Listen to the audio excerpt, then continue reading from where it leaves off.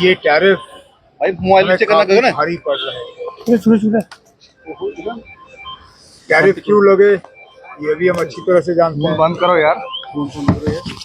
America के सदर इस बात से खुश नहीं थे कि हम रूस से तेल खरीदने का काम कर रहे थे। अब गवर्नमेंट ऑफ इंडिया की तरफ से फिलहाल कोई फॉर्मल स्टेटमेंट आया नहीं है, लेकिन अमेरिका के सदर ने तो ऐलान कर दिया है कि भारत सरकार ने अब रूस से तेल खरीदना जो है वो बंद कर दिया है और उस वजह से अब टैरिफ जो है हम पे लागू नहीं होंगे। चलिए, अगर हमने रूस से तेल खरीदना बंद कर दिया तो अच्छी बात है। सर दूसरा रूस के बरफ हम कहाँ से तेल खरीदेंगे?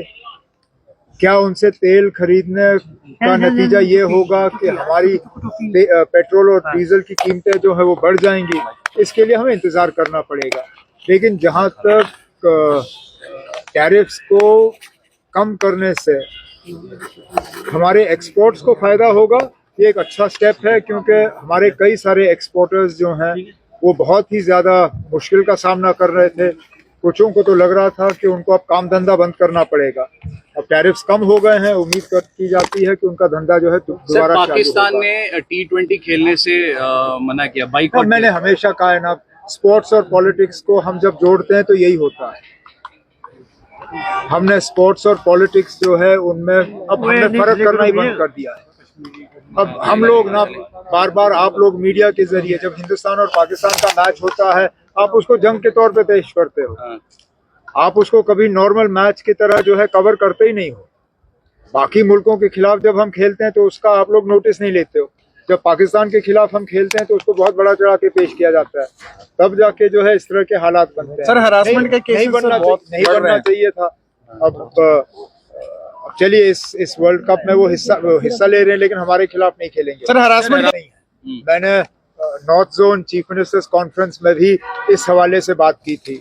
मैंने तमाम चीफ मिनिस्टर से उस वक्त गुजारिश की, होम मिनिस्टर ऑफ इंडिया से गुजारिश की कि ये जो सिलसिला कश्मीरियों को, चाहे वो स्टूडेंट्स हों चाहे ट्रेडर्स हों, उनको जो हरास करने का काम चल रहा है वो रुक जाना चाहिए। मैं उत्तराखंड के चीफ मिनिस्टर का शुक्रगुजार हूँ कि उन्होंने मौके पे जो है कार्रवाई की और केस जो है वो रजिस्टर हुआ, गिरफ्तारियां भी हुई हैं। लेकिन इसी तरह हिमाचल में जो है ये सिलसिला लगातार चलता आ रहा है और अब हिमाचल जो है हमारे मतलब एक तो पड़ोसी रियासत है और ऑपोजिशन रूल्ड स्टेट है, कांग्रेस रूल्ड स्टेट है। यहाँ हम ये उम्मीद नहीं करते कि हमारे लोगों को इस तरह से लाया जाएगा, तंग किया जाएगा, मारा जाएगा। मैं हिमाचल के चीफ मिनिस्टर साहब से गुजारिश करता हूँ कि मेहरबानी करके इस पे वो फौरी तौर कार्रवाई करें और ये जो कश्मीरियों को विक्टिमाइज और तंग करने का सिलसिला चल रहा है इसको रोक दें। जो भी कहना होगा हाउस के अंदर कहूंगा। गवर्नर साहब के सर होम मिनिस्टर आ रहे हैं सर, 3 दिन के लिए होम मिनिस्टर आ रहे हैं। जी जी, आपको फॉर्मली पता चल गया? नहीं सर अभी पता नहीं चला। नहीं चला ना, तो मैं इसमें कुछ नहीं कहूँगा। सर कल पार्लियामेंट जब तक आपको फॉर्मली पता नहीं चलता तब तक पार्लियामेंट में भी हंगामा रहा। पार्लियामेंट में जो होता है वो पार्लियामेंट का है। It's the privilege of the parliament, it's the privilege of the speaker to decide. इसी तरह हम जो अपने असेंबली में करते हैं वो हम तक है। अब पार्लियामेंट में हमारे असेंबली के बारे में चर्चा हो, अच्छी बात नहीं होगी। इसलिए पार्लियामेंट में जो हुआ मुझे उस पर टिप्पणी नहीं करनी।